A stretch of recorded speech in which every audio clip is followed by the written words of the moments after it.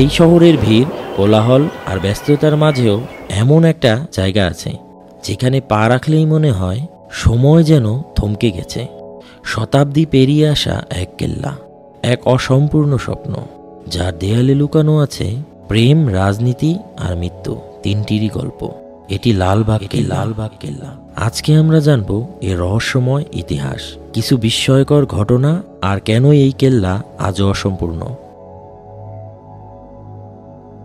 লালবাগ কেল্লা পুরান ঢাকার এক ঐতিহাসিক নিদর্শন। মুঘল আমলে নির্মিত এই দুর্গটির কাজ শুরু হয় ১৬৭৮ সালে মুঘল যুবরাজ আজম শাহ এর নেতৃত্বে, যিনি ছিলেন সম্রাট আওরঙ্গজেবের পুত্র।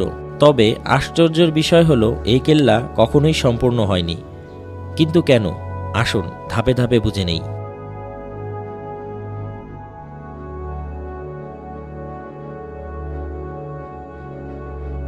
আজম শাহ যখন দিল্লিতে ডেকে নেওয়া হয় তখন কাজের দায়িত্ব পান শায়েস্তা খান। কিন্তু কিছুদিন পরেই ঘটে এক মর্মান্তিক ঘটনা। শায়েস্তা খানের কন্যা পরী বিবি অকালেই মৃত্যুবরণ করেন। পরী বিবির মৃত্যুকে তিনি অশুভ সংকেত হিসেবে দেখেন এবং নির্মাণ কাজ থামিয়ে দেন। তিনি মনে করতেন এই দুর্গ অভিশপ্ত। সেই থেকে কেল্লাটি অসম্পূর্ণ রয়ে যায়। পরী বিবির সমাধি কেল্লার মধ্যেই অবস্থিত, মার্বেল পাথরে মোড়ানো অত্যন্ত মনোরম একটি কক্ষ। তবে অনেকেই বলেন এটি আসলে সমাধি নয়, বরং একটি স্মৃতিস্তম্ভ, কারণ পরী বিবির প্রকৃত কবরের কোনো নিশ্চিত প্রমাণ নেই। আরেকটি রহস্য হলো মুঘল আমলে নারীদের সমাধি এত মর্যাদার সাথে নির্মিত হয়নি সাধারণত। তাহলে পরী বিবি কে ছিলেন? কেবল শায়েস্তা খানের কন্যা, নাকি আর কোনো বিশেষ পরিচয় লুকানো আছে?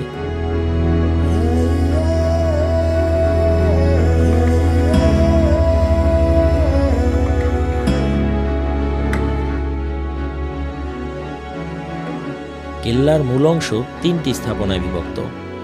এক, পরী বিবির সমাধি, মার্বেল পাথরের কারুকার্য আর মুঘল স্থাপত্যের মিশ্রণ।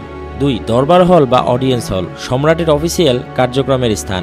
তিন, হাম্মামখানা বা স্নান ঘর, মুঘল রাজপরিবারের গোসলের স্থান, গোপন আন্ডারগ্রাউন্ড পানির সংযোগ সহ। বিশেষত্ব হল এই স্থাপনায় ব্যবহার করা হয়েছে বিশেষ চুন সুরকি আর স্যান্ডস্টোন, যা সময়ের পরীক্ষা সহ্য করেছে।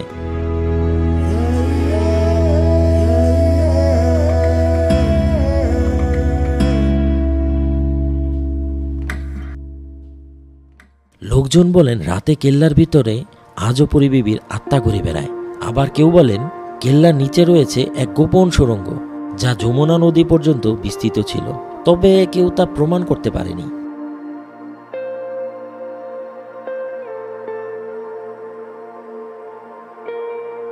লালবাগ কেল্লা আজ শুধু ঢাকার নয়, বাংলাদেশের ইতিহাসের গুরুত্বপূর্ণ নিদর্শন।